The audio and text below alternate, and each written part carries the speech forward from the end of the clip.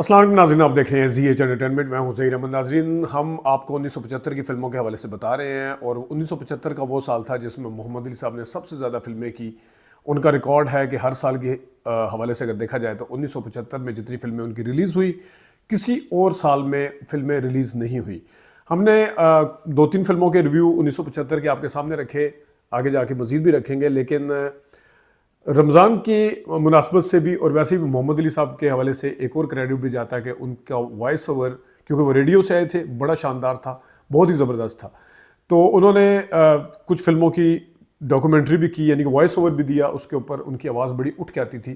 لیکن جو دل کے ساتھ اور جذبات کے ساتھ انہوں نے ایک فلم کی وائس اوور دی، ڈاکومنٹری کی، وہ بھی 1975 میں ریلیز ہوئی تھی.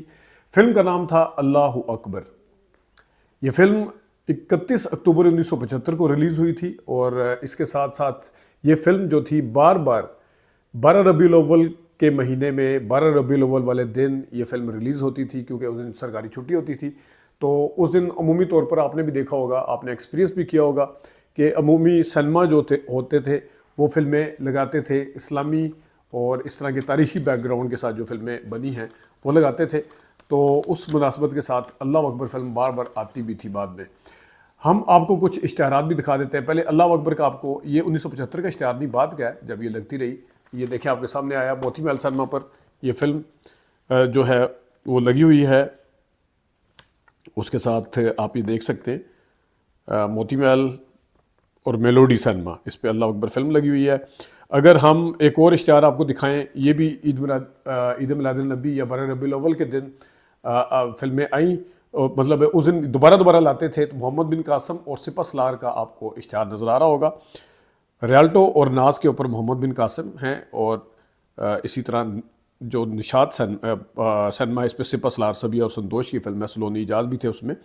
تو یہ فلم جو ہے، آگے اشتہار اگر آپ کو دکھا پائیں ہم، تو اس میں گلستان سینما پر غرناطہ لگی ہوئی ہے، بلکہ روز پر غرناطہ ہے، اور شہنشاہ جہانگیر گلستان سینما پر. یہ دو اشتہار آپ کو نظر آ رہے ہیں.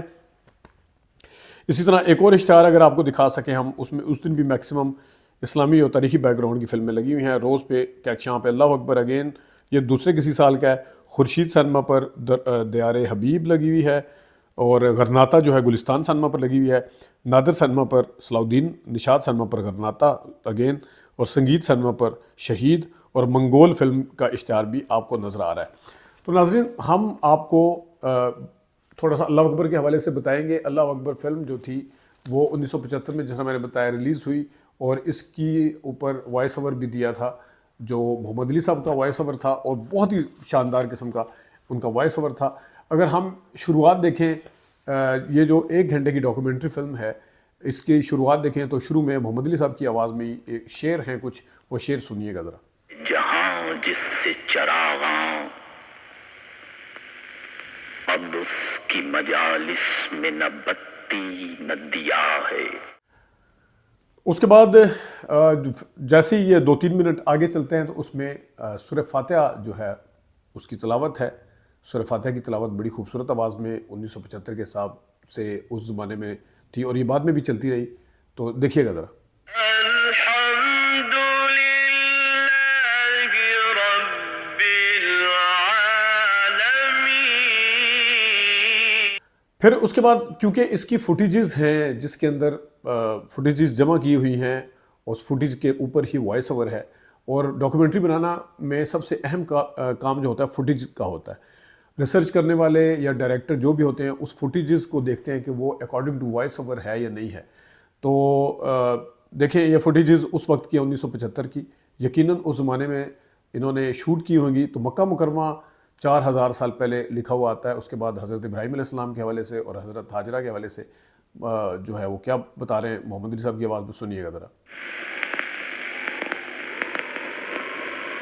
یہ ہے وہ مقدس و مکرم شہر، سجدگاہ بنی آدم، مکہ مکرمہ، جہاں قریباً 4. آگے جا کے وہ جب حضرت ہاجرہ کا قصہ بتاتے ہیں، حضرت ابراہیم علیہ السلام کا، تو ابراہیم علیہ السلام کے اور حضرت ہاجرہ کے قصہ بتاتے ہوئے علی بھائی کی، محمد علی صاحب کی آواز بھی بھرائی.